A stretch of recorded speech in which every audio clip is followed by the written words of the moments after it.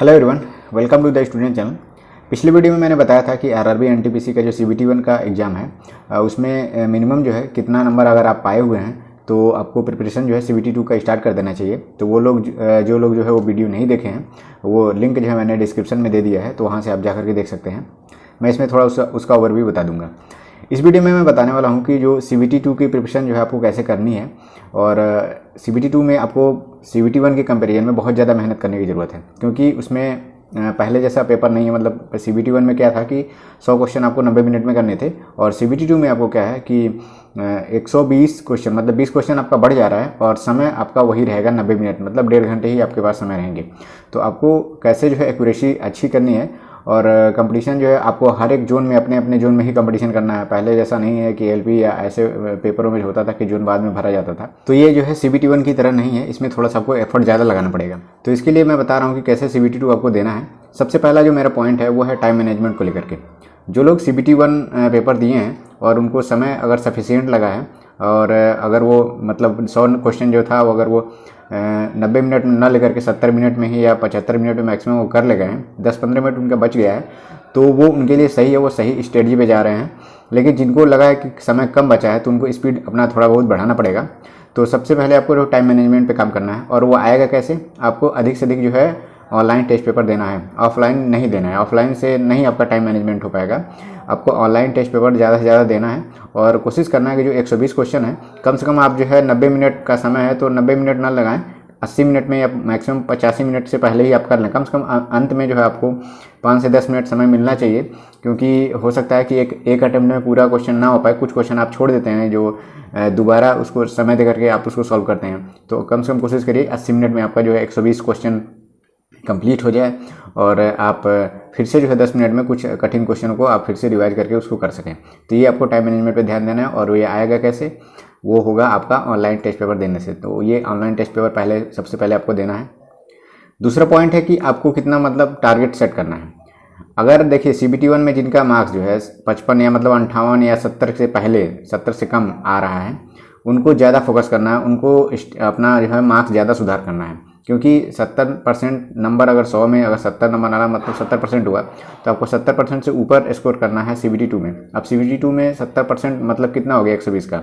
84 marks, मतलब 120 में से 70% निकालेंगे तो 84 मार्क्स हो जाएगा। तो 84 कम से कम कोशिश करिए, कम से कम 80 नंबर से तो ऊपर रहे ही रहे। लेकिन अगर आपको सिलेक्शन लेना है, हर जोन में इतनी ज़्यादा वैकेंसी नहीं है, और इसमें टेक्निकल और नॉन टेक्निकल दोनों के स्टूडेंट जो है इस बार फॉर्म फिल किए हुए हैं, तो दोनों लेवल अगर देखा जाए तो आपको कम से कम 70% ऊपर रखना ही पड़ेगा स्कोर। तो स्कोर भी आपको इम्प्रूव करना है। उसमें स्कोर कैसे आपको इम्प्रूव करना है? देखिए, जो लोग जो CBT1 पेपर दिए हैं, जिनका भी रॉन्ग क्वेश्चन जो है, अगर मान लीजिए 80 अटेम्प्ट किया है, अगर उनका रॉन्ग क्वेश्चन 6 क्वेश्चन 7 क्वेश्चन ही अगर उनका गलत हो रहा है तो वो तो सही जा रहे हैं। लेकिन कई लोग क्या है कि 90-95 भी अटेंड कर रहे हैं, उनका 20-20 क्वेश्चन गलत हो जा रहे हैं। तो आपको गलती सुधारना है। गलती ज़्यादा करने का मतलब मेरा यही होता है कि अगर आप गलती ज़्यादा कर रहे हैं तो आप गेस वर्क ज़्यादा लगा रहे हैं, और गेस वर्क ज़्यादा लगाएंगे तो मतलब क्या, पेपर आपके लिए आसान नहीं है। आप ज़्यादा से ज़्यादा तुक्का लगाने की कोशिश कर रहे हैं और गलती ज़्यादा हो रहा है। तो आपको गलती जैसे जितना मिनिमाइज करेंगे गलती, वो आपका अटेम्प्ट जो है अच्छा होता जाएगा। और ये आएगा कैसे? आपको जो है अधिक से अधिक जो है सिलेबस को पढ़ना पड़ेगा, और जो आपका वीक पोर्शन है उसको आपको कवर करना है। अब तीसरा पॉइंट क्या है कि कौन कौन सी चीज़ें आपको पढ़नी चाहिए। सबसे पहले देखिए, CBT1 का पेपर जो है अभी हो सकता है अधिक से अधिक अप्रैल के अंत तक जो है समाप्त हो जाए। तो आपको जब आंसर की जब CBT1 का आएगा तो पता चल जाएगा कि कितने पेपर हुए हैं, और एग्जैक्ट जो है क्वेश्चन जो है आपको मिलने लगेंगे। तो आप कहीं से, या गूगल से या फिर किसी भी टेलीग्राम ग्रुप से, या मुझे भी मिल जाएगा तो मैं टेलीग्राम ग्रुप पे अपलोड कर दूंगा, लिंक नीचे दिया हुआ है, तो वहाँ से आप जुड़ सकते हैं। तो आप क्या करिएगा, कम से कम 20 सेट, कम से कम मिनिमम, इससे अधिक भी कर लीजिएगा हो सके तो, लेकिन कम से कम 20 सेट जो अभी CBT1 जो हो रहे हैं आप खुद से करिएगा, उसको देखिएगा उसमें कौन कौन से क्वेश्चन आ रहे हैं। आपने CBT1 के सिर्फ एक पेपर दिया है, लेकिन जितना ज़्यादा से ज़्यादा CBT1 का पेपर देखेंगे उसी तरह के पैटर्न जो है CBT2 में फॉलो होंगे। तो उस तरह के क्वेश्चन भी आपको देखने को मिल जाएगा कि कितने तरह के क्वेश्चन जो है अराइज हो रहे हैं, क्योंकि सेट तो बहुत ज़्यादा बन गए हैं। तो हो सकता है साइंस के क्वेश्चन जो है फिर से रिपीट होकर आपको मिल जाए।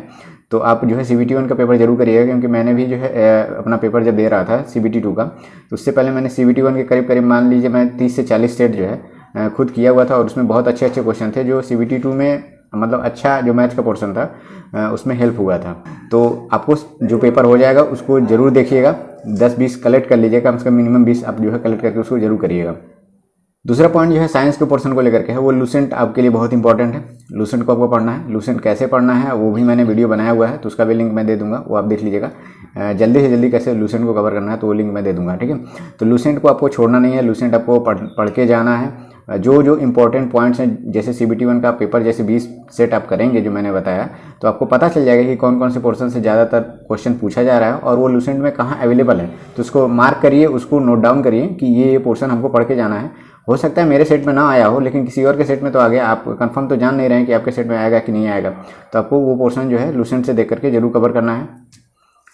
तीसरा पॉइंट जो है मैथ्स का जो पोर्शन है, मैथ में अर्थमेटिक पोर्शन जो है रेलवे ज़्यादातर पूछता है। अलजेब्रा या फिर जो ज्योमेट्री है वो थोड़ा सा कम आता है, लेकिन अर्थमेटिक जो पोर्शन है उसमें थोड़ा सा घुमा के क्वेश्चन ज़्यादा पूछा जाता है। तो अर्थमेटिक पोर्शन को थोड़ा सा ज़्यादा आप जोर दीजिएगा। अब ये देखिए, जो लोग CBT1 की प्रिपरेशन कर रहे थे उनके पास नोट्स अवेलेबल होगा। ऐसा तो है नहीं कि CBT1 ऐसे ही पास कर लिया और CBT2 के लिए अगर आ गए तो आपके पास कुछ भी नहीं है या फिर आपने कुछ भी नहीं पढ़ा है। तो जो भी कुछ आपके पास है मैथमेटिक्स के लेकर के, तो आप उसको जरूर पढ़िएगा। मैं तो किरण पब्लिकेशन से पढ़ता था, और SPD भी कई लोग पढ़ते हैं, तो वो भी सही बुक है, मैंने देखा है उसको। और उसका जो GS का बुक है, GK जनरल सामान्य ज्ञान का, उसका भी मैंने बुक का वीडियो बनाया हुआ है, तो देख लीजिएगा। वैसे उसको मैंने ज़्यादा पढ़ा नहीं था, लेकिन मैंने अभी देखा है तो वो बुक अच्छा है, बुक उसको पढ़ सकते हैं आप। चौथा पॉइंट है करंट अफेयर्स को लेकर के। तो करंट अफेयर्स जो है आपको पढ़ना है, कम से कम मैं तो यही कहूँगा कि जब RRB NTPC का CBT1 का जब एग्ज़ाम शुरू हुआ था उस महीने से लेकर के कम से कम जब एग्ज़ाम की CBT2 का जब एग्ज़ाम का डेट आ जाए उस महीने तक जो है करंट अफेयर आप एक बार जरूर पढ़ लीजिए, क्योंकि बहुत ज़्यादा आप साल भर का तो कवर कर नहीं पाएंगे। तो कम से कम मिनिमम इतना तो आप देख लीजिएगा। आपको करंट अफेयर आपको जितना ज़्यादा आप रिवाइज करेंगे, जितना ज़्यादा आप उसको पढ़ेंगे 1 से 2 बार, तो तभी वो दिमाग में जाता है। ऐसा नहीं है कि एक बार आपने पढ़ा और करंट अफेयर्स आपका तैयार हो गया, उसको नोट्स जरूर बनाना पड़ता है। नोट्स मैं नोट्स बनाता था, मैं नोट्स आपने देखा होगा टेलीग्राम ग्रुप पे मैं करंट अफेयर्स का नोट कैसे बनाता था। करंट अफेयर ऐसी चीज़ है कि अगर आप एक मैगजीन लेते हैं 1 महीने का, तो वो कम से कम 60 पेज या 50 पेज या 40 पेज का कम से कम मिनिमम होता है। रिवीजन के समय जो है आप 40-40 पेज के जो है 10 या 12 मैगजीन नहीं पढ़ सकते, लेकिन अगर आप नोट्स बनाए हुए हैं 1 पेज 2 पेज में, तो वो आपके लिए हेल्पफुल होगा। जब आप रिवीजन करेंगे या फिर एग्जाम जब नज़दीक आ जाएगा तो उससे करंट अफेयर पढ़ना आसान होता है। और आपको मैगजीन को लेकर के जो है कोई एक मैगजीन ही आपको फॉलो करना है। कोई भी आप उठा लीजिए, चाहे समसामयिकी महासागर उठा लीजिए या फिर SPD के भी लोग करंट अफेयर्स निकालते हैं, तो उसको भी पढ़ सकते हैं आपको। और कई लोग प्रतियोगिता दर्पण भी पढ़ते हैं। तो मैं समसामयिकी महासागर अरिहंत पब्लिकेशन का आता था, तो उसको मैं कवर करता था। वही मेरा पहले से, बहुत पहले से भी जब मैं करंट अफेयर स्टार्ट किया था उसी बुक से मैं पढ़ता था, और हर महीने की वो बुक मैं रखता था और उसका नोट्स बनाता था। कोशिश करता था कि 1 मंथ का जो बुक होता है वो करंट अफेयर्स का, वो मेरा मैक्सिमम जो है 2 पन्ने में वो कवर हो जाए। इससे ज़्यादा मुझे लिखने की जरूरत नहीं है, क्योंकि जो आप नोट्स बनाते हैं वो वही चीज़ें होती हैं जो इंपॉर्टेंट हैं और आपको मतलब जो है रिवीजन करने की ज़रूरत है। जो चीज़ आपने न्यूज़ में पढ़ा है या फिर कहीं देखा हुआ है, तो वो होता है कि पढ़ते समय ही आपको ध्यान में हो जाता है, तो उसको बार बार लिख करके जो है वो आपको नोट्स जो है बड़ा नहीं बनाने की ज़रूरत है। आप की पॉइंट उसको नोट करिए, जिससे आपको मतलब रिवीजन करने में बस आसानी हो। तो ये हो गया करंट अफेयर्स का पोर्शन, ऐसे आपको कवर करना है। किन स्टूडेंट को ज़्यादा मेहनत करने की ज़रूरत है? जिनका अभी मार्क्स जो है 60 के आसपास है और 70 से कम है, उनको ज़्यादा इंप्रूव करने की ज़रूरत है, क्योंकि इतना % मार्क्स से आपका सिलेक्शन नहीं हो पाएगा। मैं पहले ही बता दे रहा हूँ आपको।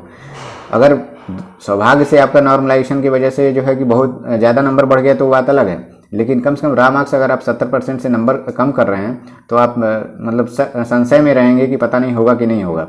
तो कम से कम कोशिश करिए 70% से ऊपर हो। मैं तो कहूँगा कि 75% तक आप कवर करिए, लेकिन वो थोड़ा आसान नहीं होता है। तो आखिर में अगर आपको जॉब लेनी है तो कोशिश करना पड़ेगा ज़्यादा से ज़्यादा स्कोर करने का, क्योंकि वही सेफ स्कोर है। जितना ज़्यादा आप मेहनत किए रहेंगे और जितना अधिक नंबर लाए रहेंगे, तो आप टेंशन में नहीं रहेंगे कि पता नहीं हो सकता है मैं टाइपिंग में अलग चढ़ जाऊँ या फिर साइको में चढ़ जाऊँ, फाइनल मेरिट लिस्ट बने तो मेरा नाम आए या ना आए, हो सकता है मैं वेटिंग लिस्ट में आधे नंबर से चला जाऊँ। तो आधे नंबर 1 नंबर से जब वेटिंग लिस्ट में नाम जाता है तो बहुत ज़्यादा पछतावा होता है, और वो कहाँ चूक रह जाती है। सोचिए, आधे नंबर से 1 नंबर से, वैसे कोशिश तो सब लोग करते हैं सिलेक्शन के लिए, लेकिन आधे 1 नंबर से जब वेटिंग लिस्ट में नाम जाता है, या फिर हो सकता है वेटिंग लिस्ट में से भी बाहर अगर आपका नाम आधे नंबर से छूट जाए, तो उस समय थोड़ा ज़्यादा पछतावा होता है।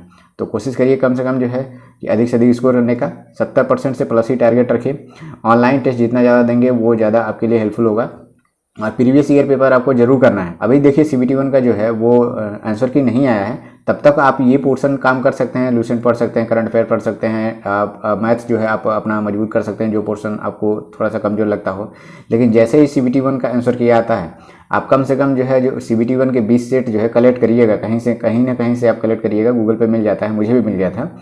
जब मैं एएलपी का पेपर दे रहा था तो CBT1 के पेपर मिल गए थे, तो आप वहाँ से डाउनलोड कर लीजिए, या फिर आपके आसपास के दोस्त होते हैं जो पेपर दिए रहते हैं, उनका सबका सेट अलग अलग होता है, तो जब आंसर की देखें तो उस वहीं से आप अपना डाउनलोड कर लीजिए, एक दूसरे को शेयर करके जो है आप कम से कम 10-12 तो ऐसे तो कलेक्ट कर ही सकते हैं। तो इतना आप ज़रूर करिएगा, वो आपको जो है CBT2 में बहुत हेल्प करेगा। बाकी साइको उसके बाद CBT2 का बाद जो है साइको होगा, जैसे गुड्स गार्ड और स्टेशन मास्टर के लिए साइको है, तो उससे रिलेटेड वीडियो मैं बाद में बनाऊंगा। तो आप लोग जो है CBT2 के लिए इतना जरूर करिए, कोशिश करिए ऑनलाइन टेस्ट देने में 70% के ऊपर मेरा स्कोर रहे। थैंक यू दोस्तों, ऑल द बेस्ट।